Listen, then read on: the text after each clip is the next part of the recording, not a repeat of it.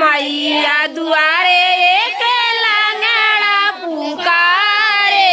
लंगड़े को पैर दाई दियालु गजब करी दियालु मैया।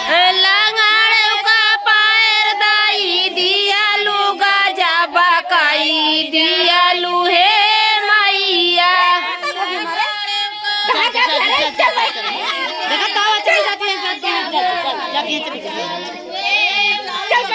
लंगड़े का पैर दाई दियालु गजब कई दियालु हे मैया।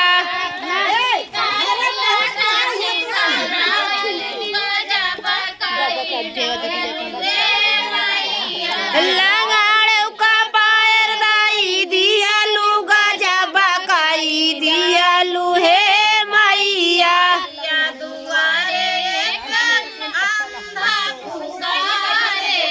मैया दुआरे एक अंधा पुकारे। मैया दुआरे एक अंधा पुकारे। ए मैया दुआरे एक अंधा पुकारे। अंधे को नयन दाई दियालु गजब कई दियालु मैया। अंधों का नयन दाई दियालु गजब कई दियालु हे मैया। काली काली लाटा चितरालु गजब कई दियालु मैया। काली काली लाटा चितारा वालू गजब कई दियालु हे मैया। मैया दुआरे एक कोड़ी पुकारे। मैया दुआरे एक कोड़ी पुकारे।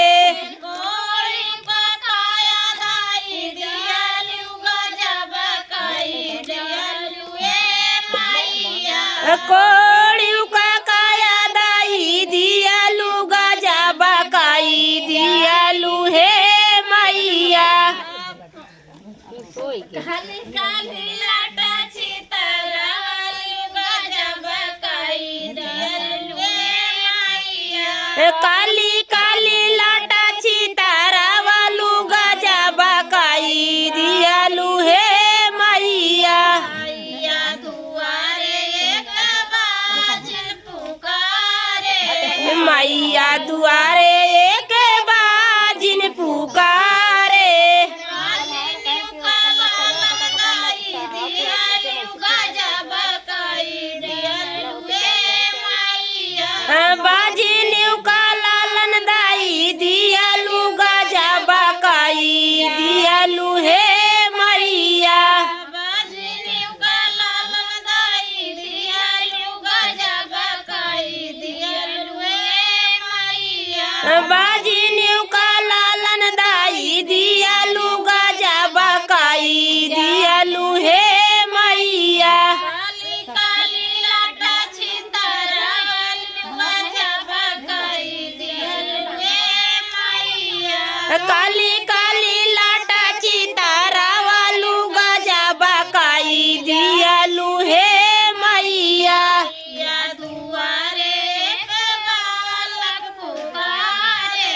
मैया दुआरे एक बालक पुकारे। बालक को विद्या दाई दियालु गजब कई दियालु मैया। बालक का विद्या दाई दियालु गजब कई दियालु हे मैया। काली काली लाटा चितरालु गजब कई दियालु मैया।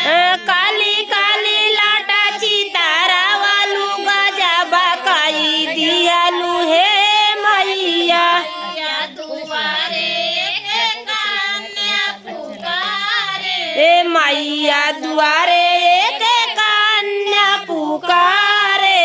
मैया दुआरे एक कन्या पुकारे। ए मैया दुआरे एक कन्या पुकारे।